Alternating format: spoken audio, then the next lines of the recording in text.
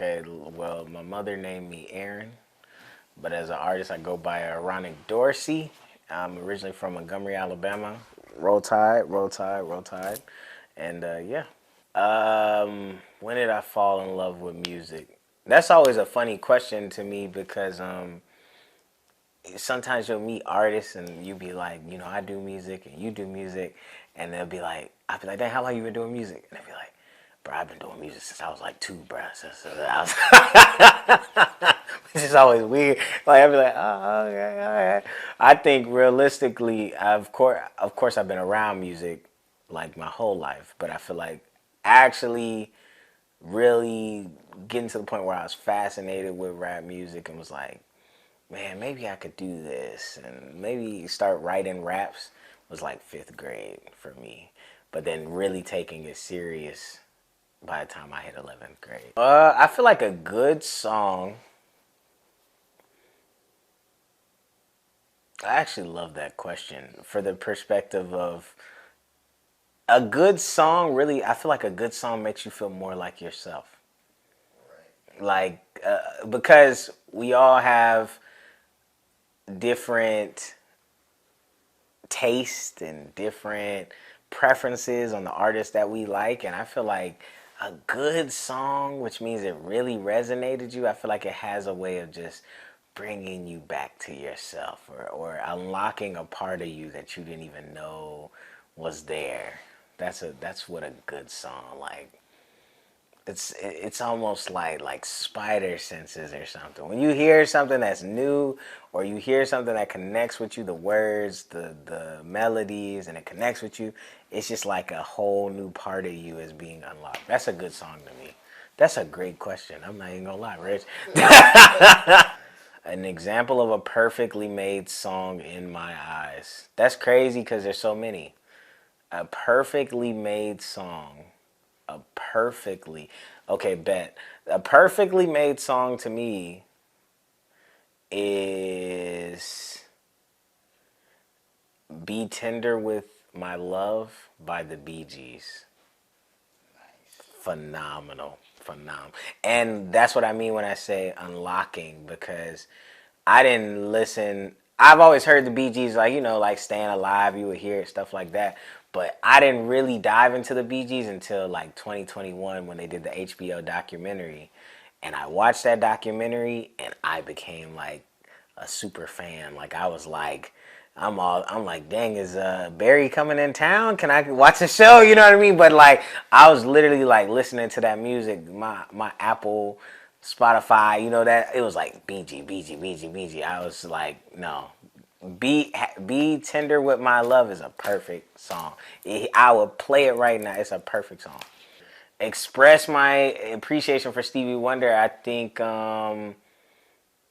Stevie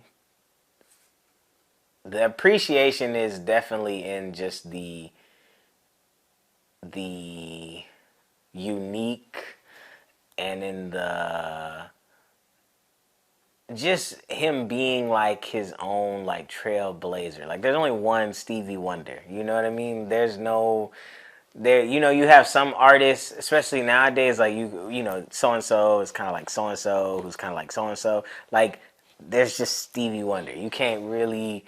There's a lot of people that come from him, but there's nowhere that reaches up above him. That's crazy when you think about it. Like, you know what I mean? Like, there's nowhere, I don't have nowhere to look above. I'm pretty sure there's influences there, but Stevie's impact is so big. And so when I think about the music and, even a lot of my wanting to learn how to make music and learn how to like at least fiddle around on the piano is from seeing Stevie, because I'm like, dang, Stevie can't even see and he playing. What's my excuse? It's a internal conversation. It's a little bipolar. It's very bipolar because that's like on the way here I was listening to some stuff I had just worked on, and it's like I remember when I first heard it, I was like, oh man, this is a great idea. And then you record, and then you listen, and you're trying to make it better. But then you start questioning. You're like, do I need to say this, or do I need to put this out? I feel like it's a constant dance between It's love in a nutshell. It is love in a nutshell because it's a compromise. It's a constant like dancing between how you feel, but then also like what you want to put in the world, and always battling. I feel like this, but do I want to put this out?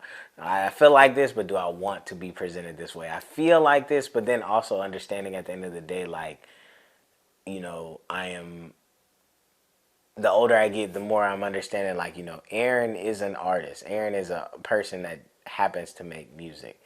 Like, it's not like my persona. It's literally an extension of who I am. So, on that note, I have to be willing to just be honest about how I feel and let that live on the record and let it be what it is. And that's crazy. You pulled that one because I haven't got to answer that one, at least on camera. Coachella is an experience. I'm looking at this camera right here. If you've never been to Coachella, go to Coachella. And I know what you're thinking. You're gonna be like, but who's the lineup? Who?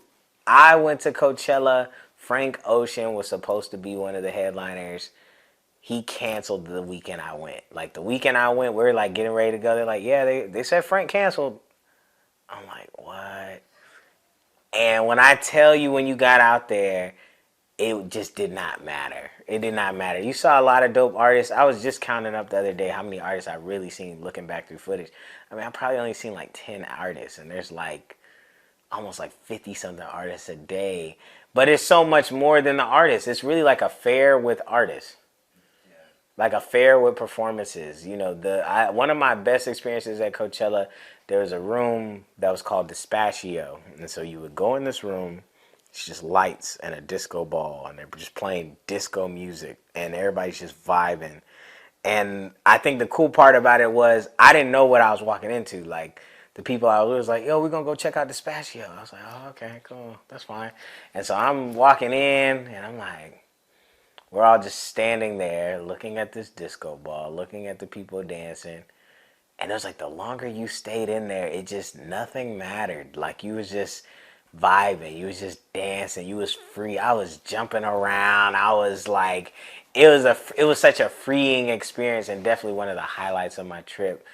Some of my favorite artists I saw was off top, Toby Nwigwe shut down Coachella. He could have been a headliner the way his show was. Kali Uchis was great. K Tronada was great. Pusha T was cool. Pusha T had some sound issues, but he pushed through it. I still vibe with his set. I got to see Hiatus Coyote for the first time, and I love them. Yeah, it was great. I think the real takeaway from it is the artists that I didn't have on my list to see, but became a fan of just from being like near when they were performing. Like Rosalia, I came back like a very heavy Rosalia fan. I did not go to the Rosalia stage. Like I was sitting somewhere eating or something, but I was hearing the music, and then you're seeing how people are reacting. People are like running. As soon as songs come on, they're running from across like zombies. And I think from sitting there and just semi experiencing, not even really looking at the stage, I'm far back, but it made me go home like, okay, I need to see what this is about, and I've been rocking with her ever since. I definitely think music has the power to save lives, for sure. Like I said before, it has an ability to bring you back to yourself. I know for me, there was a time I think I was going through just, when we first came here, I was talking about, DoorDash, and literally, pandemic happened. You get the money runs out. They say, hey, get back to work. But I knew I didn't want to go back to what I was doing before because I just felt underappreciated in it. And so that turned me to DoorDashing, and there was just a real interesting time of trusting what you believe and trusting certain things that I have feel like God had put on my heart to do. And for me, Mr. Morale and the Big Steppers was an album for me that I couldn't, I know a lot of people were like, oh, it's not this. It like really met me right where I was at, to the point that when I listened to that album, it brought me back to I don't have nothing bad to say about that album, because there's certain songs like Count Me Out or Savior that really just like, when I felt like I was at the lowest of lows, it would like constantly reassure me and remind me like who I am. But that, yes, music can save lives for sure.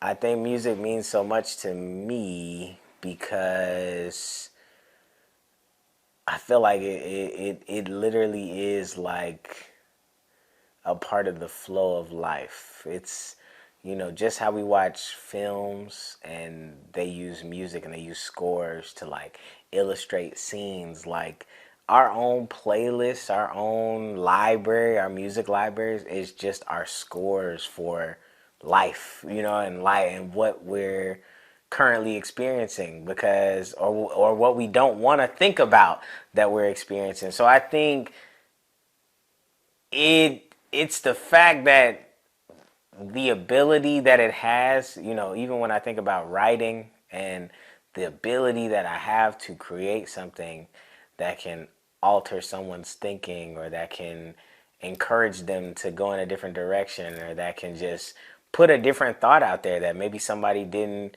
have, give you a different perspective. Yes, we could talk about love, but we could talk about love in like 100 different ways, from 100,000 different sounds, from 100,000 or even more different tones. Like, it's just stuff like that that really makes it that makes it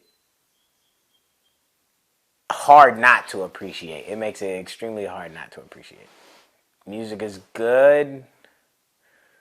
Working on a lot of music that is I'm really challenging myself in the place of just vulnerability, really being vulnerable. I think for a while I had a tough time making music, because the only stuff I felt like I could create was when I was being vulnerable. But then I think in the same sense I would be like, nah, I don't want to say that, or I don't want to put that out there. And so I think that's a space I'm in. I'm in a space of just like trusting. I feel like I'm at a place now where just making music isn't enough. You know what I mean? Like just being able to make music just to say that I can is not enough. It has to be, I have to push something forward. If it's, I have to, not saying I got to say something that hasn't been said, but if the only thing that comes from it is putting yourself on display to expand a thought, or to expand a way of thinking, or to change how men are viewed, or to change how people see the world, like, it has to be that. It can't just be the braggadocious, I'm in a good space, I'm da da da da da, y'all not messing with me. I think for a lot of stuff now, like, people send me songs sometimes and they'll be like, yeah, bro, just get on there, just spit, bro, just, that's just not the space I'm in, of just like spitting just to spit, just to your verse next to my verse. Like, I enjoy that, but I genuinely am in a place now where if I'm on a record, I want to connect to it. I want to be vulnerable. I want to share. I want to